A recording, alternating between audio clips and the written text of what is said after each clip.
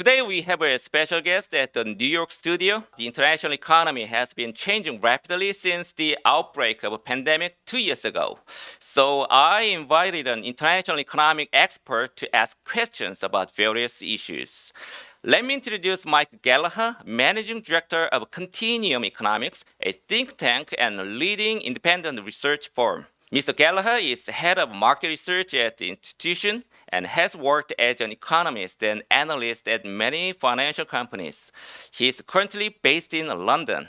Since geopolitical situation surrounding East Europe is on the brink of war, I'd like to ask questions about the Ukraine crisis first. There is a growing possibility that Russia will invade the Ukraine in the near future, possibly this week or next week.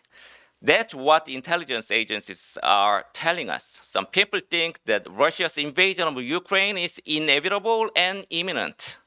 Mr. Gallagher, do you also think Russia will actually attack Ukraine? In that case, what strategy do you expect NATO, including the US, will take? How do you think it will affect the global economy? Our view, and we've been saying this for many months, is that Russia's unlikely to invade Ukraine. Putin, if you watch him very closely, he can get a lot from threats and from pressure. And we think that this process has been ongoing for months, and we just think it's really threatening behavior from Russia that's caused this reaction in the West. The problem for Putin, if there's an invasion, is firstly that it make it less likely that he would achieve his goals. And one of his goals is to have neutrality for the Ukraine. Secondly, it will be very costly in economic terms, but also Ukrainian war would be difficult, not just in terms of the fighting, but also in terms of trying to work with the Ukrainian population after any victory that Russia might have. So on balance, we don't think it would occur. If it did occur, and we're wrong, then we think that would lead to oil prices of $120. We would likely see Saudi Arabia pumping more oil, but that $120 would be a bit of a shock to the global economy. It would also probably lead in Europe to a decrease in business confidence, particularly in Eastern Europe and in Germany. So if we did see a war between Russia and Ukraine, it would definitely be bad economic and inflation news and would be bad for financial markets. Second question is about skyrocketing prices worldwide. There has been a huge impact of inflation on the global economy. The U.S. Consumer Price Index soared to 7.5% in January. Eurozone prices were 5.1% up. Until when do you think the high prices in the U.S. and Eurozone will continue? I think we should start to see inflation in terms of year-on-year inflation coming down by the spring. And the reason for that is that some of the things that have boosted inflation are the reopening of the global economy. Yeah, and a lot of that effect, like airline prices, occurred last year, and they're not going to be repeated this year. And so that drops out of inflation. You've also got, secondly, some easing of supply chain problems occurring. And that's helpful as well to lower inflation.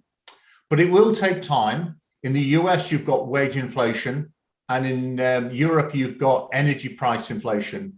And they're going to stop inflation coming down rapidly. So you will still have a little bit of an inflation problem in the second half of this year, which will be sort of evident. Yes, thank you. Many countries have raised the benchmark interest rates to overcome high prices, including South Korea. The US is moving closer to increase the rate too. A 50 basis point increase in March seems to be a new market consensus in the Wall Street. How many times do you think the Fed will raise its key interest rate this year? When do you expect the balance sheet reduction to begin? So we're expecting the Fed to start raising rates 25 basis points in March, then May, June, and then 2 hikes for a cumulative 125 basis points this year. We expect them to additionally, as you say, start the balance sheet reduction. We expect that in June.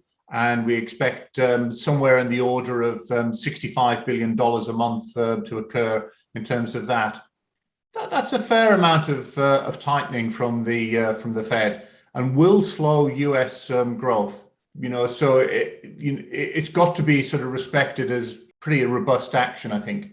Some observers say that if the Fed raises its key interest rate quickly to curb prices, it will cause an economic slowdown. Do you think there is a possibility of an economic slowdown or stagflation in the States? There is certainly a possibility of a deeper US slowdown. I think we're certainly on a slowing trend, but that's no bad thing. I think what we're sort of concerned about is if US growth was to go below 1.5%. At the moment, that's not our central view.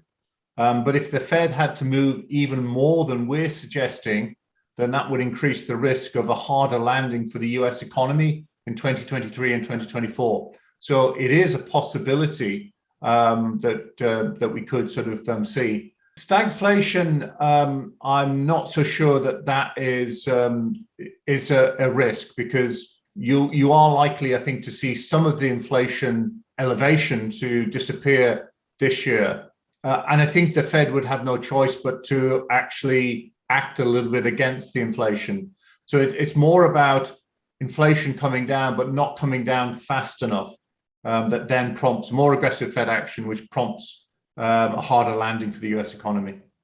Recently, the US 2-year government bond rate has jumped faster than 10-year bonds. As the yield curve is flattening, do you think long-term and short-term interest rates will reverse anytime soon?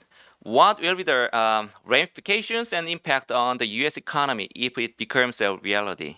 Well, I think there's certainly the prospect that by 2023, that differential, the yield curve, could turn negative, and 2-year yields could be above 10-year yields. But I think it's going to be 2023 rather than 2022. Previous experience in tightening cycles suggests it takes quite a bit of time before that occurs. I think if it did occur, it's a secondary signal of a slowdown in the US economy. But I think we'd also be looking at the overall level of the Fed funds rate and the short-term economic indicators to make an assessment of the outlook for the US economy. So while it is interesting, it needs to be seen in the context of what's happening overall to the US. Okay, I see. The EU and the UK are also struggling with the high prices. The European Central Bank previously hinted that there would be no rate hike this year, but recently changed its position. It suggests the possibility of a rate hike this year. Do you think the European Central Bank will raise interest rates within this year?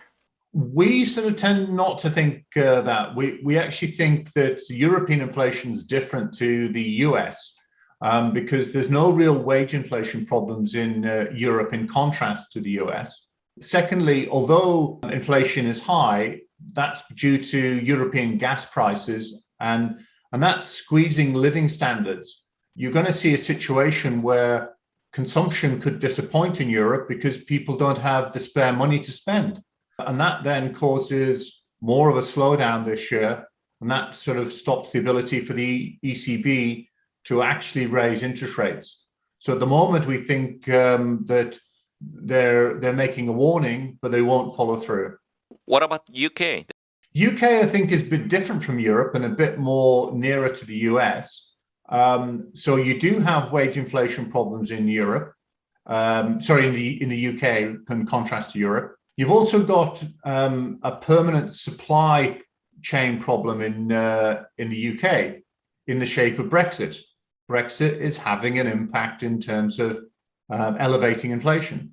So we will need to see some further tightening. The tightening in terms of the Bank of England is probably another 25 basis points. And then you've got to pencil in that the UK is the only major G7 country that's undertaking fiscal policy tightening this year. So we've got a combination of tax hikes coming through in April that are quite large, and that those will also slow the UK economy as well. That's the big contrast with the US, where fiscal policy really isn't tightening, but the UK it is. The EU lowered its Eurozone economic growth forecast for this year from 4.3 to 4.0%. The spread of Omicron variant and soaring energy prices were cited as the reasons. However, EU increased its growth rate for next year. Do you agree with this EU's growth forecast? No, we actually are more pessimistic about the Eurozone growth. So we actually think it's going to be 3.3% this year. And the reason for that is that if you adjust income for inflation, it's going to be negative. And that's going to be quite a squeeze on European consumers. And that really is going to sort of produce quite a noticeable slowdown in the European economy this year relative to 2021. That's actually not fully factored in by the EU Commission. That will still remain a factor for 2023. And also, I think in 2023, we'll be getting closer to trend growth rates in Europe. And those trend growth rates are around 1.3, 1.5%. So we're only looking for 2% growth in 2023. So it's a clear sort of slowing picture. And I think the best of the economic recovery has already been seen.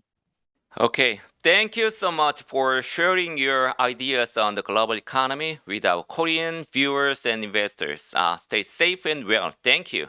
You're welcome.